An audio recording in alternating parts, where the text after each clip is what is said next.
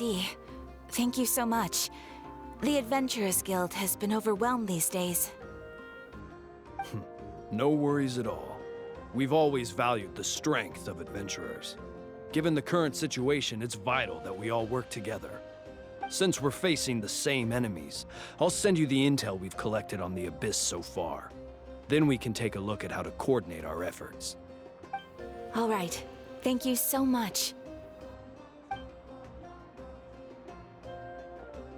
Hi, Catherine. It's us. Got any new commissions? You two have come just in time. I've got some good news. The Pyro Archon has finished assembling her forces and stationed them all across Natlan. Given how the Abyss has ramped up its activities lately, we can no longer afford to act only after receiving news of an invasion. So the Pyro Archon suggested that the Scions of the Canopy and the Adventurers Guild focus on collecting and disseminating intel. That way, we can stay informed of everything that's happening across the land. Once we receive word of enemy activity, we can notify the nearest camp and the stationed forces can take immediate action. Yes, precisely. This should also allow us to focus on gathering information rather than running around and trying to tackle everything at once. So please also take a chance to relax, you two. You've been working hard these days, and this will be a good opportunity for some well-deserved rest. So that's the plan. Whew, we can finally stop and take a break. Paimon knows that. It's not like Paimon just wanted to lay here and do nothing. The movements of the Abyss are always unpredictable. There have also been times when it suddenly became more active in the past. The people here generally see it as something like an acute natural disaster. Once the disaster is over, everyone will return to their normal lives. We just all hope that day will be sooner rather than later. Oh, right. Most people have no idea just how bad the situation has gotten in the Night Kingdom. Oh, hey, Kachina! Are you feeling better now?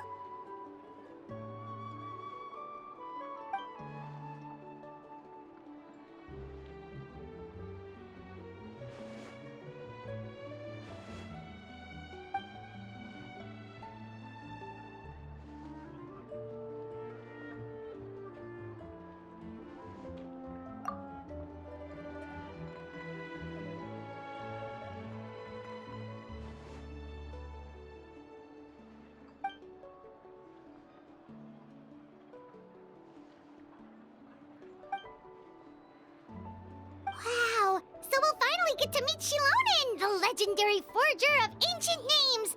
Paimon still can't believe anyone could forge those things.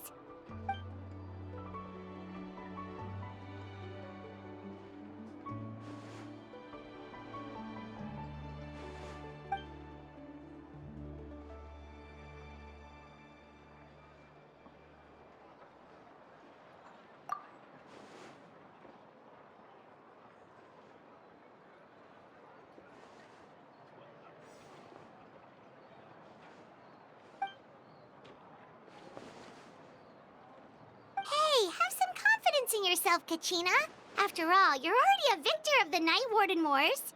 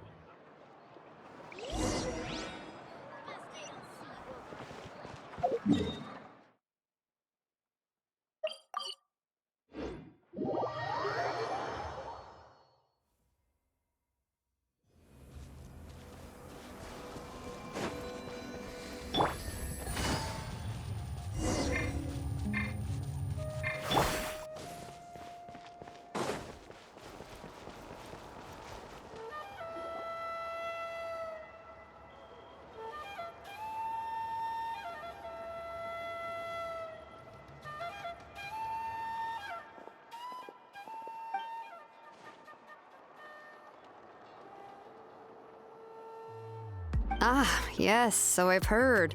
So young, and yet you've already got quite the reputation. Wait, are you Outlanders?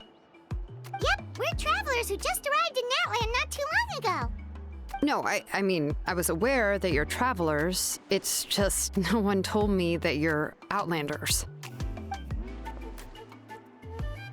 No, the only thing she said is that a new hero had pledged himself to the plan. But we'd need to forge an ancient name to ensure he'd be able to return safe and sound.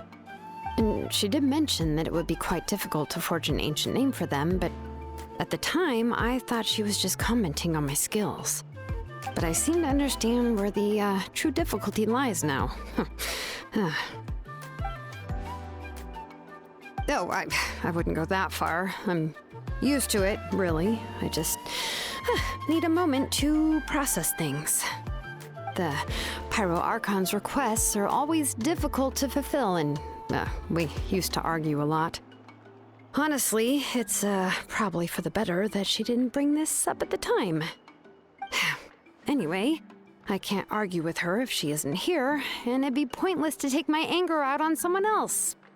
But, just because I understand her rationale doesn't make me any less upset. After all, she must have known that forging an ancient name for an Outlander is an impossible task. It's impossible? As you probably know, an ancient name is a symbol of a hero's sparing glory, which grows even richer and heavier as generations of successors inherit it.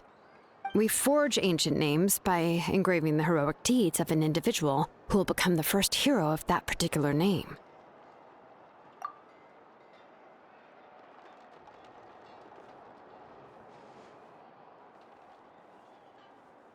But they were all performed outside of Natlan, correct?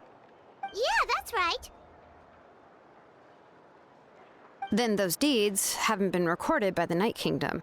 To take it one step further, even if you had performed heroic deeds in Natlan, as an Outlander, your actions still wouldn't have been recorded by our lands.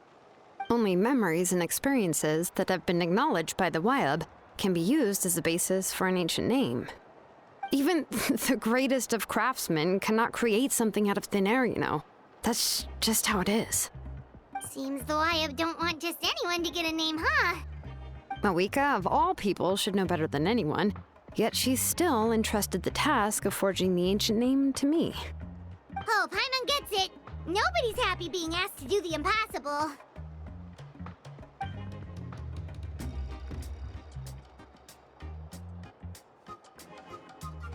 Ugh, don't remind me. Let's just focus on how we can pull this off. How to achieve the impossible.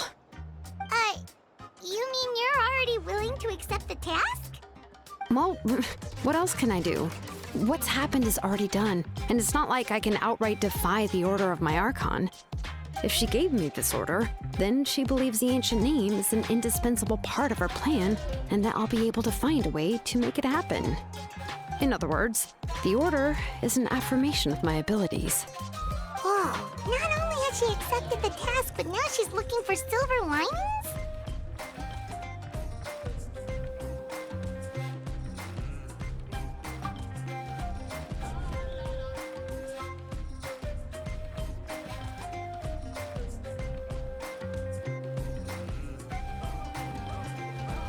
The key is getting the Wyab to somehow acknowledge the traveler's existence and record his heroic deeds. We heard the voice of a Wyab when we were in the Night Kingdom before. We even had a whole conversation with her. If we can talk to her again, maybe we can figure something out together. Well, every tribe has their own Wyab. How do we know if the one you met is indeed the best one for us to talk to?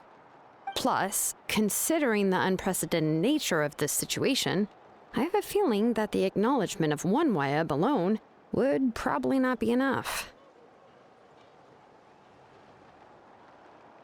I don't know. That requires a level of knowledge that I do not possess. We need to find a consultant who's an expert on all things Night Kingdom and Wyab. The first person who comes to mind is Lali at the Masters of the Nightwind, the one we call Granny Eatstali. Oh, we've heard that name before. We used her Spirit Speaker stone to find Kachina's ancient name. A person who can make something like that must be pretty impressive. Paimon's sure she'd be able to help. Still, she's older now and quite eccentric. It's hard to even book a meeting with her, given that she's constantly holed up in her room and doesn't like to be disturbed. I've heard that to get her help, you have to be extremely patient with her and know how to keep her spirit up. I hate to break it to you, but... Huh. Why is that? I mean, didn't she already help you before? And you even managed to save Kachina. Well, yeah. At the cost of her spirit speaker stone being split into two.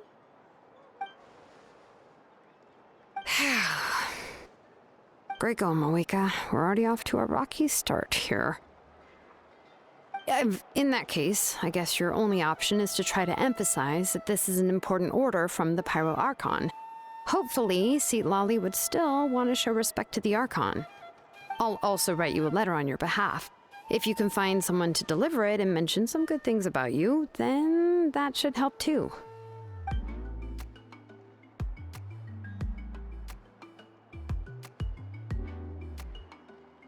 Paimon sure hopes a Hal won't interrupt when he's talking, though. All right, Kanich is a seasoned negotiator. I trust that he'll know the best things to say. Please just give me a moment to write the letter, and we can meet up near the Statue of the Seven later. Sounds good. We'll take a stroll in the meantime.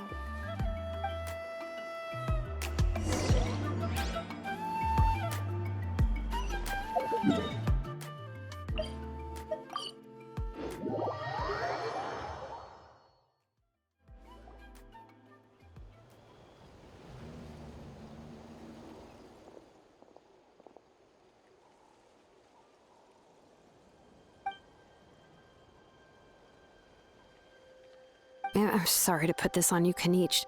It's just that you're probably the only person who knows how to deal with her.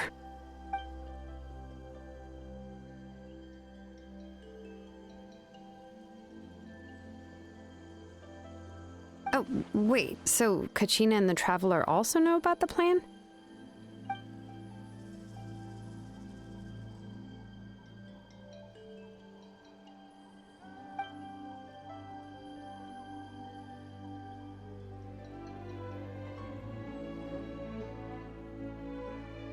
Right. She mentioned there are 6 heroes and that Xilonen is one of 4 that have already been acknowledged.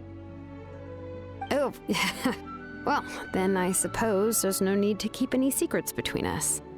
Having companions walk by your side is perhaps the best solace when facing such a bleak reality.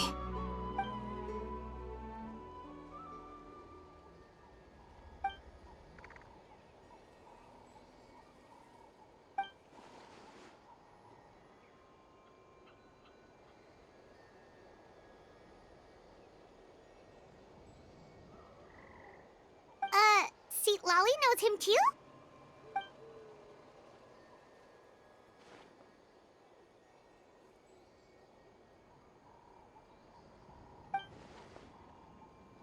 Given how the Masters of the Nightwind love to babble about dreams and revelations, they're already a pretty strange bunch to most. I've never met Auroran, but if they consider him the odd one, he's got to be pretty far out there. Huh. Makes sense. But Paimon wonders how Citlali could be the first one to notice Auroran's disappearance if she spends the whole day in her room.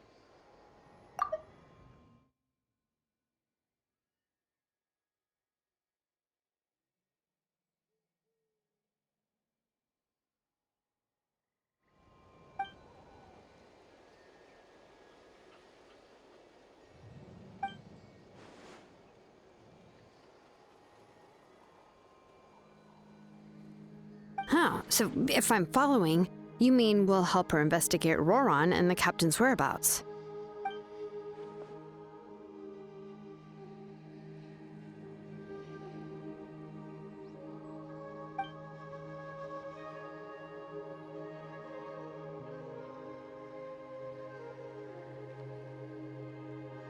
Yeah!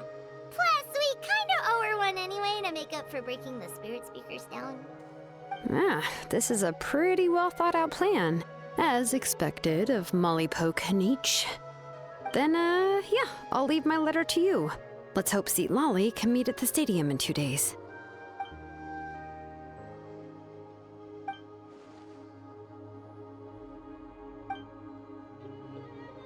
Okay, then let's part ways for now. I'll see you in a couple of days.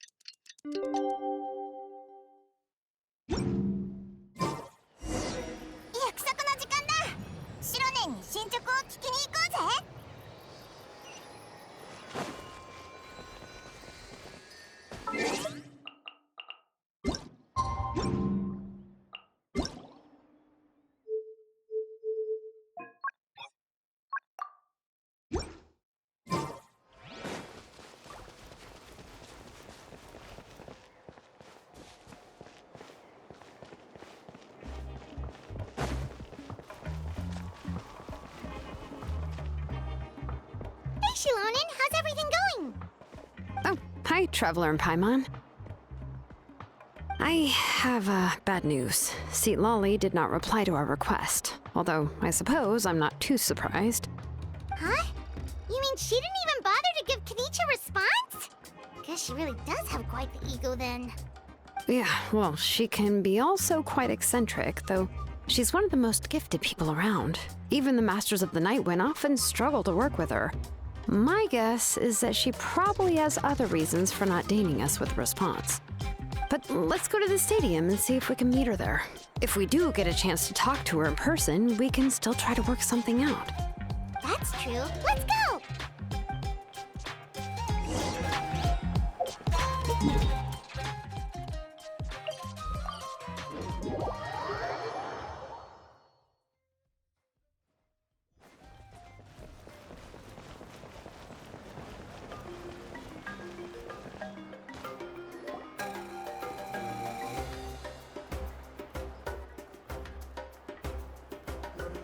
Paimon doesn't see anybody. Seems she's just not gonna show up, huh?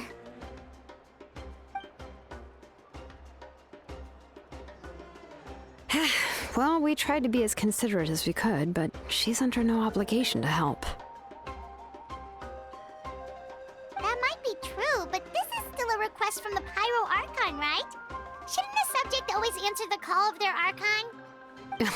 A subject? Well, if you ask me, I'd say we're all more like friends with the Archon.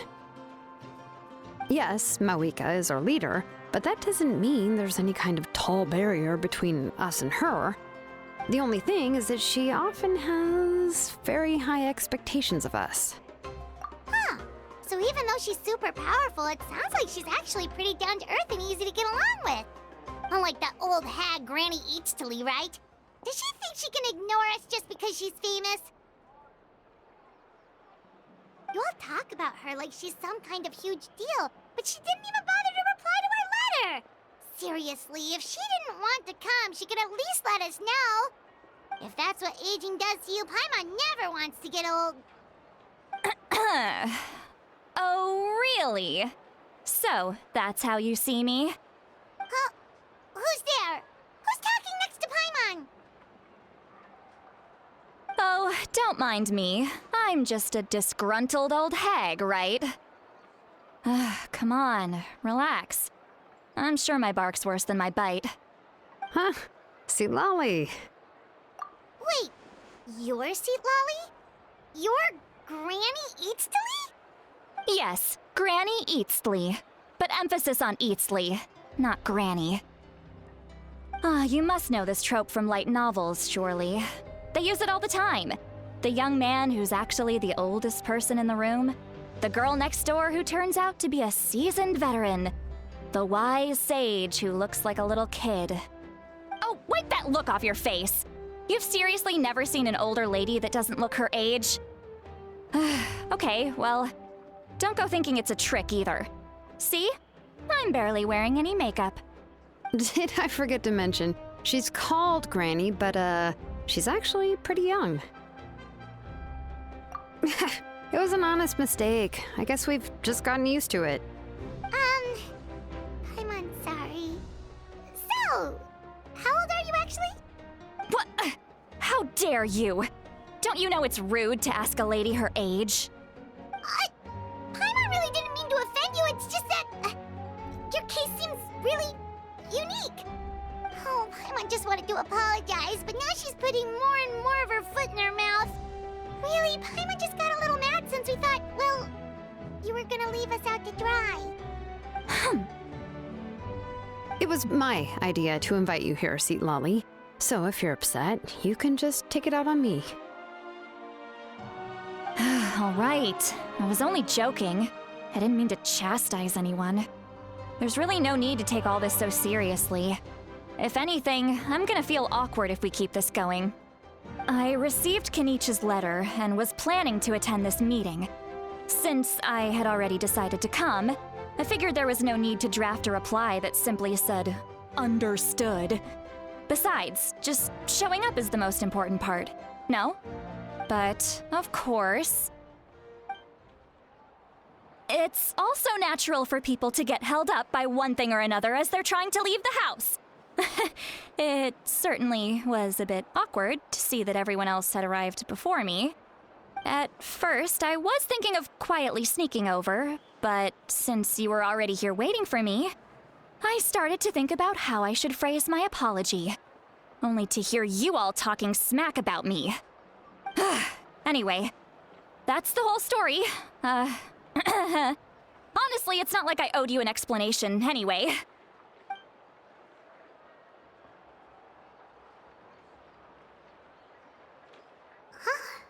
What's with that expression?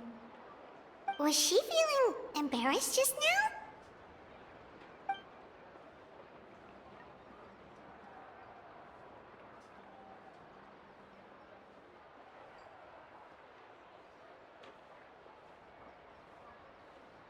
When the Masters of the Night Wind say they struggle dealing with her, I wonder if the feeling is mutual. She seems to be pretty awkward herself. Everything she does and says seems a little forced. Anyway, Xilonen, I heard that you require my help in crafting an ancient name. Correct. The situation isn't like anything we've handled before. Let me explain.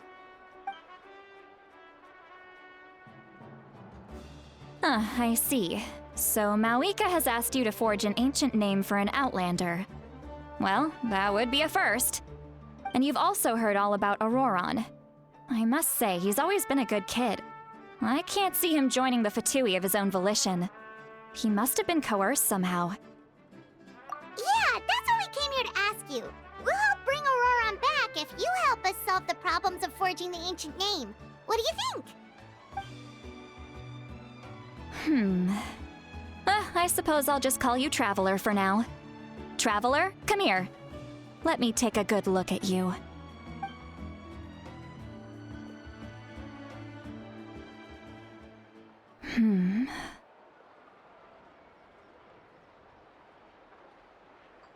Wealth leads to unending conflicts between people. Yet you alone transcend the value of gold. Baleful thunder and wrathful waves bring terror to mortal hearts. Yet again and again, you've braved them to find new worlds. O weary yet free soul, even the most verdant leaf in the forest will pray for your happiness and safe passage. Those are all the things that I could see in you. You've experienced far more than even most mortals could dream of. You possess the heart of a sincere hero, along with the conviction to lift a torch above your head and walk headlong into the night. Huh? Don't move. There's something here. Huh? What thing? Don't scare Paimon. Is the Traveler gonna be okay? Shoo! That should do it. You've just returned from the Night Kingdom, so some fragments of souls were still stuck to your body. No need to worry. I've just cleared out the last of them. Isn't that kinda like having part of a ghost come back with you? It's nothing as serious as that. If left unattended, the most it could do is stir up some chaos in your mind, and generally worsen your mood. Well, in that case, better to get rid of them. It was nothing. Xilonen, let's follow your proposal. Once you've brought Auroron back, I'll take you to see the Lord of the Night. The Lord of the Night? But don't we need to talk to the Wyab of the tribes? Something this important is beyond their jurisdiction. Only the Lord of the Night can decide whether we can grant an ancient name to one who does not hail from our lands. The Lord of the Night is an ancient entity that rules over the entire Night Kingdom, constantly borrowing the power of the sacred flame to combat corrosion from the abyss. Oh, so you're basically saying it's even more powerful than the Wyab of the tribes. Well, that sort of makes sense, being the Lord of the entire Night Kingdom and all. Not exactly. It's not so much that one's more powerful than the other. But never mind. That's not important. It would take too much time to explain. Just listen carefully to what I'm about to tell you. The Lord of the Night is currently in a deep slumber, and we can only communicate with its consciousness while in a trance. In other words, in a dream. But I will need to prepare a few more things if we are to hold a ceremony to achieve the state of the trance. I'll make a list. Can any of you get everything for me? I can go. It'll probably be a long list, so better leave it to someone who knows all the local vendors. Sounds good. Then we'll go with St. Lolly to track down Auroron. Phew, the Fatui are nothing to scoff at, so please, be careful during your investigation. If you need any help, just come find me. Yep, we'll be sure to play it safe.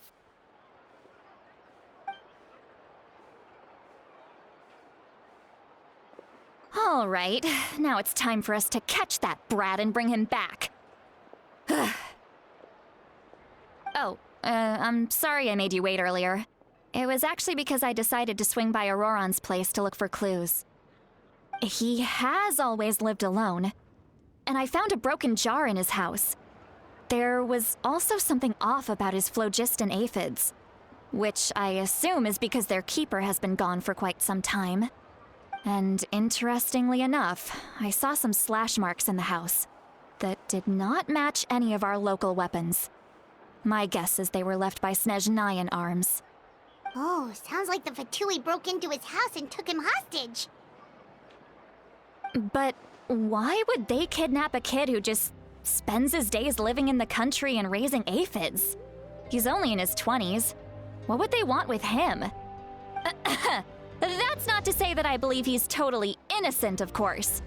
Since he's the only one who was kidnapped out of everyone in Natlan, he must have done something to attract their attention. In any case, we'll get to the bottom of this once we manage to get him back here. I'm truly sorry to put you two through all this trouble with me. But please help me get him back. You can count on us! All right, then let's start by heading to where Auroron was seen last.